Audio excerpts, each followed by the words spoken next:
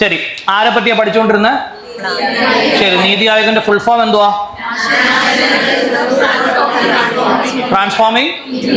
ശരി, ഈ പറയുന്ന പ്ലാനിംഗ് എന്ന ആശയമേ എവിടെ ആരംഭിച്ച്? എപ്പോ ആരംഭിച്ചു? 28-ല്.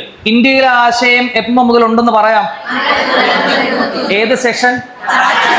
അപ്പൊ 38-ലോടോ ജവഹർലാൽ നെഹ്റുവിന്റെ നേതൃത്വത്തിൽ നാഷണൽ പ്ലാനിംഗ് കമ്മിറ്റി. 44-ൽ എന്തെങ്കിലും ഉണ്ടോ?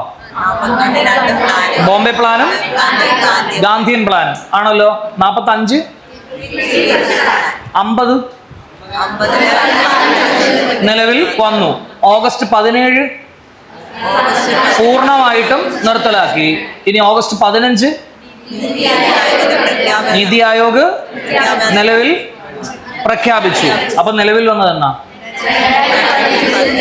ജനുവരി 1. എന്തിനു വന്നു? എങ്ങനെ? കോപ്പറേറ്റീവ് ഫെഡറലിസം മെച്ചപ്പെടുത്തുന്നതിലൂടെയും മന്ത്രാലയങ്ങളെ ഏകോപിപ്പിക്കും. അപ്പൊ എന്തും കിട്ടി?